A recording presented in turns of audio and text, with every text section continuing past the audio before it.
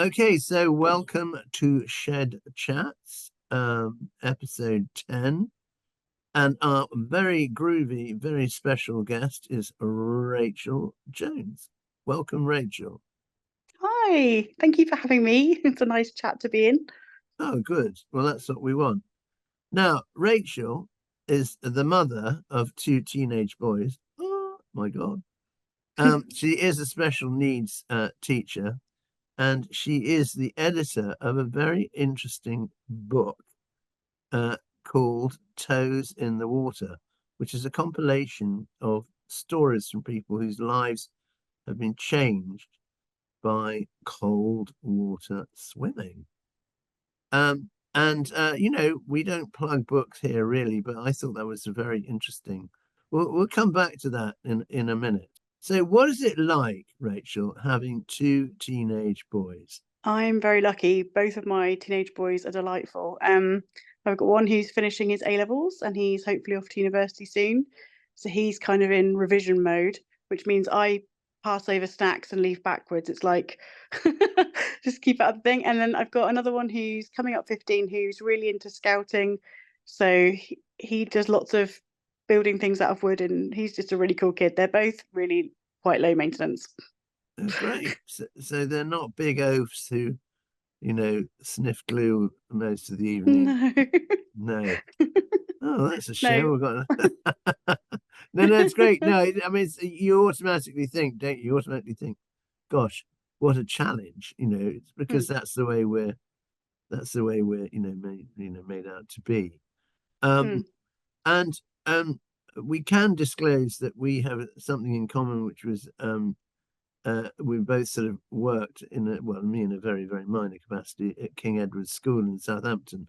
Are you Hmm. still there, or is that in the past? No, I moved at the beginning of this academic year. So I was at KES for 10 years as Right. one of their SEN specialists Yes. and ed tech specialists. And now I work in an SEN school in Southampton, which is really suiting me actually. I love it. SEN means special needs, isn't it? Yeah, so special educational needs. So our school is a school where all the children have an educational health plan, which means that they have had difficulties at other schools and the council have said, this is the support that you need, this is the support that we will fund, and then we put those support plans in place for them. So we only have 6 children in a class. There's lots of, they have a very holistic timetable. So they have therapy as part of their day, they have occupational therapy, as well as their academic lessons. So they are really kind of addressing like the roots of some of their difficulties, and it's really awesome. It's a great place. So, okay, these are all sort of very, in a way, obvious questions, but I think they're interesting in the sense that Okay. when did you first get to do wild water swimming? When was Okay. that? Yeah, so I think this is my seventh winter I've just done, maybe. I'm trying to think. And I got into this because I was very, very poorly with an autoimmune disease, and I'd Right. been signed off work. And I'm not a signed off work very poorly person. I found that very difficult. Um, and I didn't get better as quickly as I should have done, and I found that very difficult. And a friend of mine ran a sort of paid session in a lake, like, and I thought, okay, well, and something just kind of compelled me to go. And I didn't have a wetsuit, I didn't have any of the kit, so she lent me a wetsuit. It was part of the kind of venue, and I did half a circuit. Literally shook so much I couldn't get dressed. Went Really? home and said Even that with was a wetsuit? yeah. And I went home and thought that was brilliant. I'm definitely going back. And I don't know what I thought was it was just I think it's this rush of endorphins that you get. And over the time that I've been swimming, my autoimmune disease has completely is now completely in remission. Like I am symptom free. Um, and my consultant thinks that it must have something to do with it because I'm not doing anything else different. So Right. he's of the opinion that if this is helping you, then keep doing it. And I have found it very helpful, to be honest, because I was really, really at the stage where I was too poorly to do much, really. Yeah. Um, Um, and and now I work full time again, and I'm well. So okay. I it's don't want to pry. I just need you to pry explain away. what what does an autoimmune disease mean? I mean, Right. So there's lots of different types of autoimmune disease, like lots and lots, and they affect people differently in different ways. My particular type of autoimmune disease is celiac disease, which you might have heard of. right, yes, yes. But I haven't got boring celiac disease because that would be too basic. I You've got have the full turbo. refractory type 2. So you stop eating gluten and your daft immune system carries on attacking you anyway. So you carry on being ill even though you're doing the thing that should make you feel better, which is treated with immune suppressants. So it was quite grotty for a bit. And I don't have to take those now.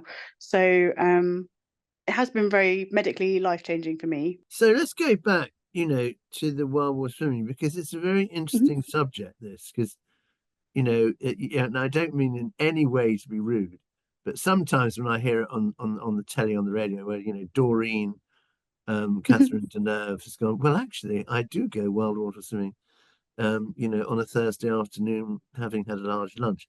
And you go, oh, shut up, Doreen.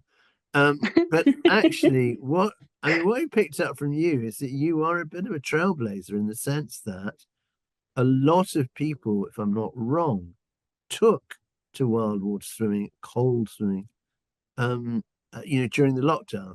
Yes, so I was swimming just before that. There were people swimming before that too. Like I definitely wasn't the person that thought of all this, and I'm very lucky that there were communities that teach you how to keep yourself safe, because obviously throwing yourself into really cold water is incredibly dangerous, and I mean even putting yourself in warmish water can be incredibly dangerous. So I'm very lucky that there were people who have been swimming that taught me how to keep myself safe. And then when people join, swimming communities, we do the same and we teach them, this is the things you do and this is what you look for. Because Is you wouldn't, am I right in, I'm going to interrupt, am I right in no, saying that the concept is not to dive in, but to no, go in slowly? And yeah, no diving in. I mean, there are some people that swim who take that risk. And I mean, if you are well acclimatized and you are willing to do that, then you do you, sweetheart. But as far as I'm concerned, we get in nice and slowly. We take it steady. We make sure people's breathing is, regulating, because otherwise people can get cold water shock and can get hypothermic, and then you're into all sorts of treacherous territory. So it's really learning to do this safely and responsibly, and knowing how your body reacts and knowing the area where you swim, so that you have taken every precaution so that you're not going to have to be an unnecessary ambulance call out. is there a difference, Mr. Thicko here? Is there a No, not at all. difference between swimming in a river and swimming in seawater? Yes, so you're more buoyant in seawater because of the Of course. salt. Yeah. So it's quite tricky to do breaststroke for any distance because you kind of bob up and then you end up with a sore neck. So and also swimming in rivers, I mean a lot of rivers that are flowing, obviously we walk up one way and then swim back down the other. It's called a swoosh. Oh, Unless you're like some sort of epic Olympic swimmer and you can swim up the other way. And some I people do see. swim So up them. so you don't swim against the current, as it were, You, the tide. so you can, and people call that a treadmill swim. So it's like being on a treadmill. You just get in and go against the current. I mean, some people are amazing and can swim up, and that's always very impressive. I tend to dawdle along with the current and go, "Aren't the birds lovely? Aren't the clouds pretty?" kind of thing. So Yes. I mean, what I got from, I haven't read all of the book, but what I really liked, that I got from it was that it's this like sort of underground set of people, get up quite early. And yeah, there's a community, he said. there There is, is a there is, community. there is community. There are three themes in the book, and it's the things that I think I love the most. And of all the things, sort of the environmental aspect and the mental health aspect, the community thing has been life changing for me. Mm, Like I've met all my friends for life swimming. People I would never ever have met otherwise. And you have people who work for Ordnance Survey, you have people who are, like me, teachers, you have people who do care work, you have people who are solicitors, mm. people from every walk of life. And honestly, I would never have met these people, and they are delightful. And I've never met a swimmer I didn't like. They are delightful and wonderful people who will turn up to help do conservation work, who will, do all the right things for people. And it's just Yes. amazing. Like I've met all these amazing Is, people. is it right to say then that it brings out the best in people. It brings out the best in people, and it brings out the best people. Right. Okay. Oh, all right, Rachel. That's very, very good. I mean, as you know, I sort of quite connected to, mental health. And what I'm interested here is that for me, a lot of people's, the cornerstone of a lot of people's poor mental health is low self-esteem, or they have esteem issues. And I can see that if you could get up, drive to a river, and basically go, hello, that's it's sort of like filling up your esteem tank and your resilience Yes. tank. May I tell you about once a month I do run a mental health swim, a specific mental health swim, Yeah, which is run by the Mental Health Swims charity, and I had all sorts of training. Lots of risk assessments were written, lots, very in-depth, detailed training. And so once a month, we have a big pink pirate flag because we're quite easy to find. yeah. So if you've got anxiety, you can find your Rachel quite easily. And people will come who have been socially prescribed, wild swimming to help with anxiety, with depression. We also have people who just turn up. They find the event online, and I've never had less than 10. And it has been amazing. People who've never swam, a random builder who turned up who had cancer once, like all these people who've just come to kind of find something to make a difference, and they all leave smiling. Like it really is quite something. They all do, really. I Yeah, mean, aren't there any, really. is there anybody who goes, you must be joking, I'm never doing that again? No, we've never had anyone who didn't get in. I mean, sometimes I have to, hold people's hand literally when they're getting in and sit with them while their breathing regulates and go, this is Yeah. okay. This is your body. It'll be fine in a minute, and sort of talk them through. But nobody's ever not got in. Nobody's ever not loved it. Yes, yes. And how has it helped you in that area? I mean, the mental health area. I mean, it's obvious it's great, but Yeah. was there a I, sort of particular department that you I overcame? do I do fear that I come across as a zealot sometimes. I think I probably am a bit. So I'm neurodiverse, I'm autistic, and I have ADHD. So for me, I previously used to have a lot of problems with regulating myself. Like I used to feel quite overwhelmed. Noise, people, sort of social input could be quite a lot for me. And I have found that swimming really does wipe the slate clean. I find it takes me back to a ground zero, like Yeah, a place where I feel very comfortable. And my friend says it better. She says, when you have your problems, you leave them in the water. And I feel like the same goes for like unwanted emotions, that it just helps you to feel like this is okay, everything's going to be fine. And for me, particularly, it has helped. The regulation has been another life-changing thing, really, that I never really had a way of doing that before that was like a really positive thing. And I feel that now I found this is what works. So I swim every day, or I sit in a cold water tank in my garden, and it has literally changed the way that I am as a person. So it's been very positive.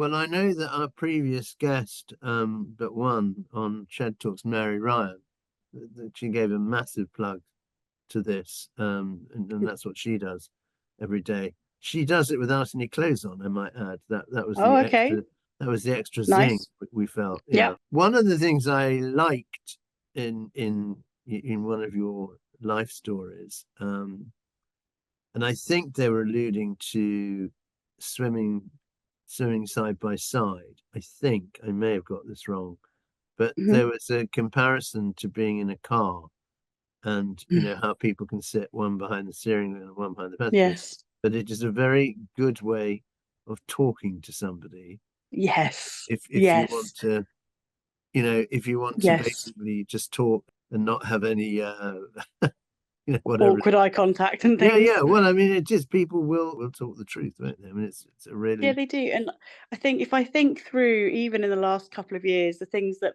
my swimming group have been through, we've had people who have had cancer, I've been through a divorce, like we've had these really life changing, quite negative things. But when you swim with someone, you can talk it all out. It does help. It's like free therapy.